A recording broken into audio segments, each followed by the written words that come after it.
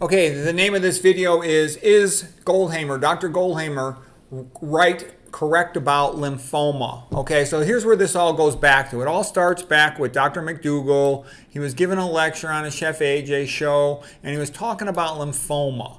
So here's the video, Dietary Implications of Disease in Non-Hodgkin's Lymphoma. Okay, and he was talking about the Alan Cunningham theory from 1977. It was written in this paper, and he basically said that the animal foods cause overactivation, excessive amounts of inflammation causing overactivation of the immune system, and sometimes it can't shut itself off, and the person develops a lymphoma.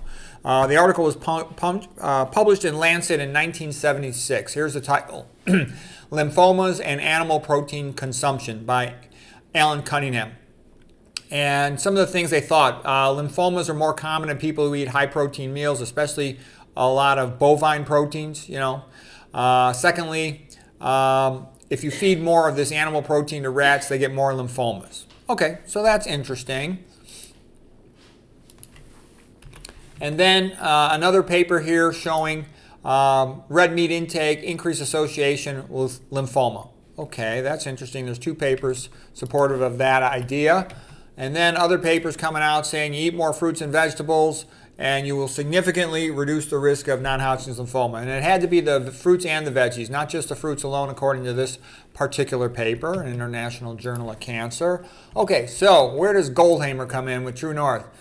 They had a case report, and I think they've done more than one. I just remember this case report, but I think there was more than one patient where they put the patient on the fasting diet and they reversed follicular lymphoma, and they had follow-up on the patient. Okay, so it was just from a 21-day water fast. All right, so I thought, well, gee, that's interesting. And then, they've published other things, and I know Jeff Nelson went over there, and he said his LPA dramatically lowered, and that's funny because conventional medical journals, they'll tell you, oh, you can't lower LPA. And he lowered his a lot just by going on a brief water fast. So I thought that was interesting, because you can't trust conventional medical journals, because to them, what can be done or not can be done is all based on what you can do with a pill. But you can't cure dietary problems with pills, okay? And so LPA obviously is not totally a fixed genetic thing. Okay, and sort of like, what did Dr. Goldhamer become known for? Him and Doug Lisle, they wrote this book about the pleasure trap, how once you get hooked on eating junk foods, regular food then doesn't taste good, and you go on a fast for a while, it kind of breaks your addiction, so to speak, to the processed food with all its sugar and MSG and fried stuff in it. Because you're so hungry after fasting for a while, you'll eat the regular food and it'll taste good again. Your taste buds will change. Okay, so why am I showing you this video? I'll tell you why. So here's Dr. Goldhamer. Here's one of these books he wrote about fasting. I recently was asked about helping out with a patient with lymphoma.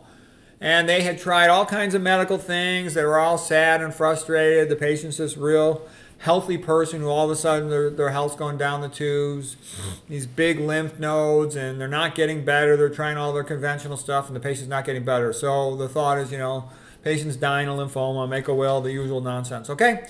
So I said to him, you know what, go on a low-fat vegan diet. This guy Goldhamer put a patient on a fast, and then they eat a plant-based low-fat vegan diet, and some of these patients are getting better.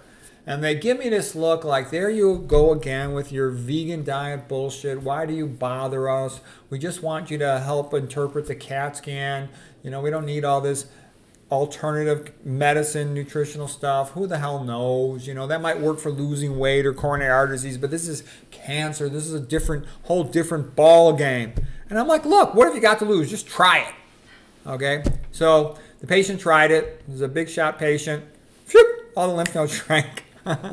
They got a follow-up, a couple-month follow-up. All the lymph nodes had shrank back down. There was one that was still kind of borderline in size, but basically it was a dramatic reversal. So it's still too early to say, you got to wait till the long-term follow-up, but it's a rather extraordinary finding. Goldhamer might be right.